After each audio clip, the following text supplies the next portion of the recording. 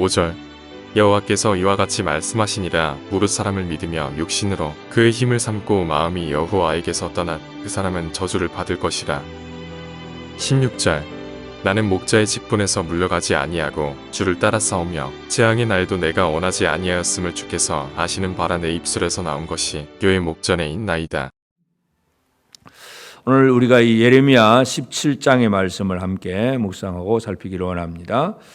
계속해서 예레미야는 이 유다가 왜 망하느냐, 유다의 죄악에 대해서 하나님께서 유다를 멸망시키기를 원하시는 그 뜻에 대해서 얘기를 합니다. 그래서 이 유다의 죄가 무엇인가를 얘기하면서 그런 가운데서 늘 선지자는 또 하나님 앞에 호소하고 기도하는 일, 이것을 끊임없이 하고 있는 것을 보게 됩니다. 그러니까 말씀의 선포와 기도하는 것, 하나님 앞에서 들은 말씀을 백성들에게 선포하고 또 그 가운데서 참 멸망당할 백성들을 바라보면서 또 하나님 앞에 온전히 호소하고 기도하는 이 두 가지 말씀, 선포와 기도 두 가지를 이 예레미야가 계속하고 있는 것을 보게 됩니다. 오늘 이제 먼저 또 17장에서 들어와서 이제 유다의 죄는 금강석 끝 철필로 기록되되 그들의 마음판과 그들의 제단 뿔에 새겨졌거늘. 이 죄가 너무나 확실하다는 것입니다. 그냥 종이에다가 써서 그냥 지워버릴 정도가 아니라 아주 금강석 끝 철필로 돌에 새겨 넣었던 듯이 제단 뿔에 새겨 넣었다. 마음판에 새겨 두었다. 그만큼 이 유다의 죄가 분명하다는 것을 분명히 강조를 하고 있습니다. 그래서 이 죄에 대해서 2절에 그들의 자녀가 높은 언덕 위 푸른 나무 곁에 있는 그 제단들과 아세라들을 생각하도다. 결국은 이 죄의 영향력이 어디에 미치느냐? 자녀들에게 미칩니다. 그래서 우리가 다음 세대를 위해서 기도하고 우리 후손들이 잘 되기를 바라고는 있지만 어른들이 믿음으로 살지 아니하면 자녀들은 그대로 본받고 또 그것을 그대로 더 많은 죄를 짓게 됩니다. 그래서 그들의 자녀가 높은 언덕 위 푸른 나무 곁에 있는 제단들, 아세라들을 생각한다. 어릴 때부터 자녀들이 우상 숭배를 하게 되는 이러한 모습들. 그러니까 이 유다의 죄악은 너무나 분명하고 또 어린 아이들까지도 그 죄를 짓고 있다는 것, 이것을 얘기합니다. 그러면서 유다의 죄의 특징이 뭐냐 하면 유다의 죄를 말할 때에 5절에 보면 여호와께서 이와 같이 말씀하시니라. 무릇 사람을 믿으며 육신으로 그의 힘을 삼고 마음이 여호와에게서 떠난 그 사람은 저주를 받을 것이다. 이 사람들은 저주를 받습니다. 사람을 믿으며 이 아담 사람, 일반적인 사람을 믿으며 그 다음에 육신으로 그의 힘을 삼고, 이 육신은 바로 이 바사르라고 하는 것은 하나님의 전능하심과 전혀 이제 대비되는 아주 연약한 육체, 우리 몸뚱어리, 이것을 얘기합니다. 그래서 육신으로 그 힘을 삼고, 이 결국은 주먹의 힘을 삼는 것, 이 얘기고, 그런 사람은 저주를 받을 것이다. 그래서 이 하나님을 믿는 것이 아니라 사람을 믿고 사람의 힘을 그저 의지하고 살아가는 그것이 바로 유다의 죄악이라는 것, 이것을 분명히 강조합니다. 그러면서 이 사람은 결코 좋은 일을 볼 수가 없다는 것. 반대로 여호와를 의지하고 여호와를 의뢰하는 사람은 복을 받고 그 사람은 물가에 심긴 나무처럼 뿌리가 강변에 뻗치고 더위가 올지라도 두려워하지 않는 그런 삶을 살아갈 수가 있고, 그래서 이 유다의 죄악은 하나님을 버리는 죄악, 사람을 의지하는 죄악이었고 9절에 보면 만물보다 거짓되고 심히 부패한 것은 마음이라. 마음이 부패했다. 결국 이 죄악이 그냥 겉으로 행동으로만 죄를 짓는 것이 아니라 마음으로부터 부패했다는 것을 알 수 있는데, 하나님은 그 심장을 살피고 폐부를 시험하고, 하나님은 우리의 마음을, 사람의 마음을 살피시는 하나님이십니다. 그래서 우리는 사람들 앞에 나는 괜찮은 것처럼 그렇게 아주 죄를 안 지은 척 할 수는 있어도 하나님은 사람의 중심을 살피시는 하나님이십니다. 그러니까 유다의 죄는 그 마음으로부터 죄악이 들어와 있다는 것, 이것을 분명히 강조를 하고 있고, 그렇다면 11절에 불의로 치부하는 자는 자고새가 낳지 아니한 알을 품은 같아서 그의 중년에 그것이 떠나겠고 마침내 어리석은 자가 되리라. 이 자고새, 이 끙하고 비슷한 그런 닭하고 비슷한 그런 새인데, 하여튼 자기가 낳은 알이 아닌데 다른 새가 낳은 알을 품고 있습니다. 그러면서 다른 새가 낳은 알을 품고 있으면서 그것이 자기가 낳은 알처럼 그렇게 생각을 하는 거예요. 착각하고 자기 만족으로 살아가는 생활들.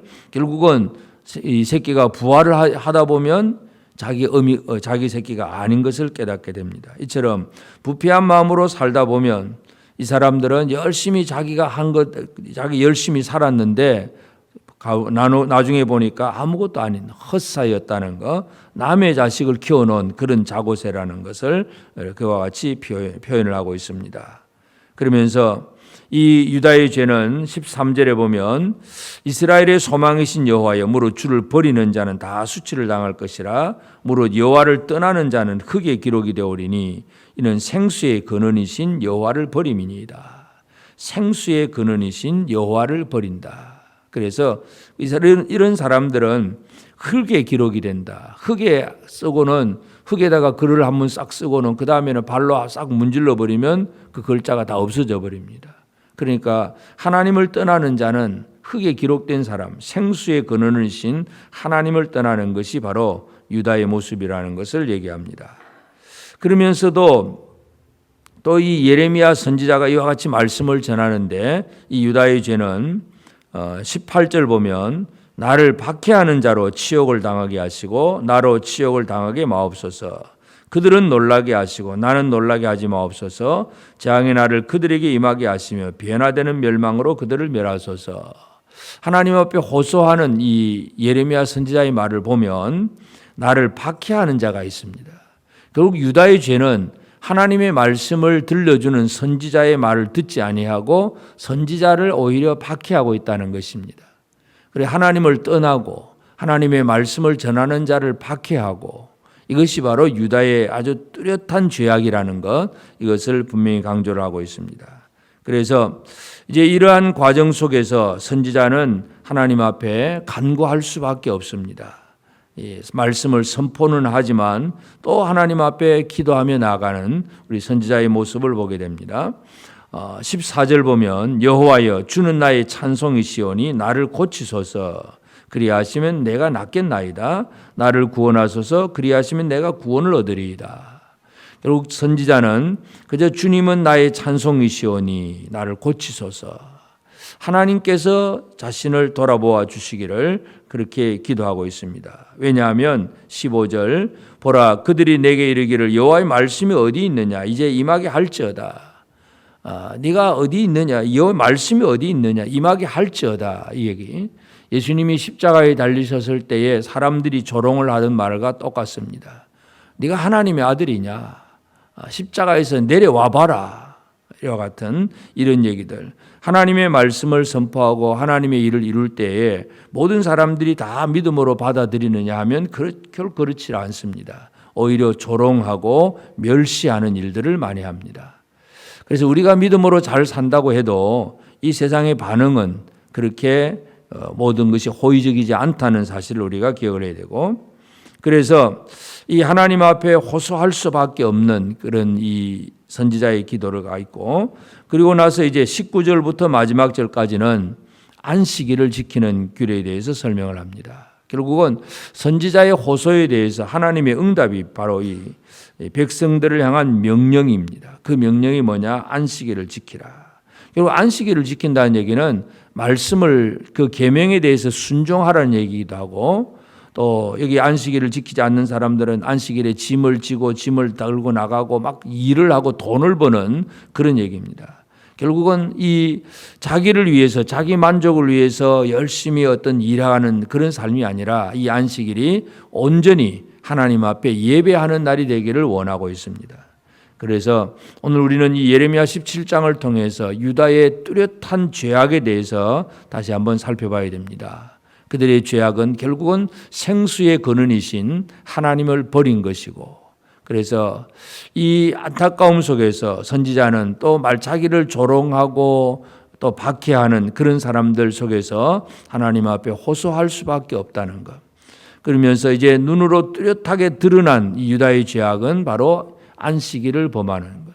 바로 이 죄악에 대해서 얘기를 하고 있습니다. 그래서 오늘 우리는 이런 상황 속에서 선지자는 16절에 보면 나는 목자의 직분에서 물러가지 아니하고 주를 따라 싸우며, 결국 이 박해가 있고 조롱이 있고 힘들어도 나는 목자의 직분에서 물러가지 아니하겠다. 대부분 많은 사람들이 조금 막 시험 들고 힘들면 나 이제 안 해, 그만해, 이제 안 할 거야. 대부분 그런 반응들이 꽤 많습니다. 그러나 선지자의 입에서 나오는 고백은 나는 목자의 직분에서 물러가지 아니하고, 바로 그런 표현을 합니다. 우리에게는 여러 가지 힘들고 어려운 일이 있을 수 있습니다. 그러나 그런 힘들고 어려운 일들 속에서도 주께서 나를 부르신 그 사명, 그 소명감을 결코 잃어버리지 아니하고, 하나님 주신 직분을 소홀히 여기지 아니하고 목자의 직분에서 물러가지 않겠다고 하는 바로 그런 믿음의 각오를 가지고 살아가는 것, 이것도 우리에게 중요한 일입니다. 그래서 오늘 이 아침 우리는 사람을 신뢰하는 것이 아니라 하나님만 신뢰하는 자가 되고 생수의 근원이신 하나님을 버리지 않는 그런 우리가 되어져야 됩니다. 그래서 우리에게 어떤 고난이 있을지라도 목자의 직분에서 물러가지 아니하고 오직 이 안식일을 통해서 하나님을 섬기고 하나님 앞에 예배하는 일에 열심을 내는 것, 이것이 이 죄의 문제를 처리하는 길이라는 것을 다시 한번 기억합니다. 그래서 오늘 우리가 하루를 살아갈 때에 하나님께서 우리에게 어떤 은혜를 주셨는가, 우리 하나님을 신뢰하는 자, 사람이 아니라 하나님을 신뢰하는 자, 생수의 근원이신 하나님 안에서 살아가는 생활, 그리고 주신 그 직분을 잘 지켜가는 생활들을 살면서 하나님께 예배하고 하나님을 섬기는 일에 온전히 힘을 쏟는 우리가 되어서 우리의 죄악이 분명한 그런 생활이 아니라 하나님의 은혜가 분명한 그런 우리의 삶으로 살아가는 우리 모든 성도들 되어지기를 주의 이름으로 축복합니다. 기도하십시다. 이제 오늘 받은 말씀으로 함께 기도하겠습니다. 사람을 믿으며 육신을 의지하는 어리석은 자가 되지 않고 오직 생수의 근원이신 하나님을 버리지 않으며 하나님만을 신뢰하는 믿음이 더 분명하게 하옵소서. 사역의 과정에서 힘들고 어려운 일이 있어도 나의 직분을 소중히 여기며 직분에서 물러가지 않고 하나님의 힘을 얻어서 사명을 감당하는 자가 되게 하옵소서.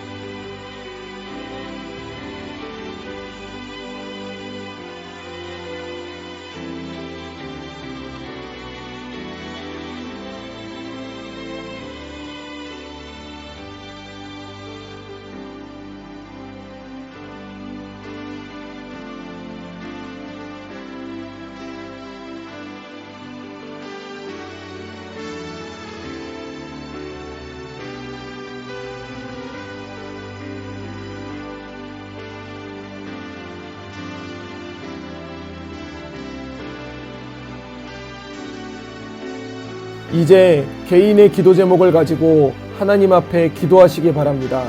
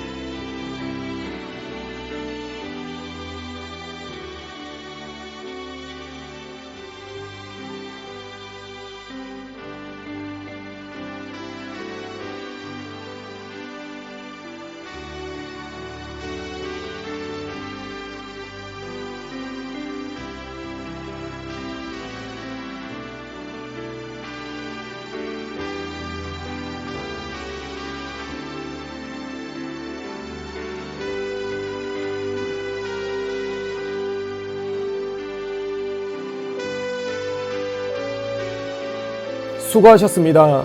오늘도 하나님의 인도하심 가운데 승리의 하루를 보내시는 우리 재건부평교회 모든 성도님들이 되시기를 주님의 이름으로 축복합니다.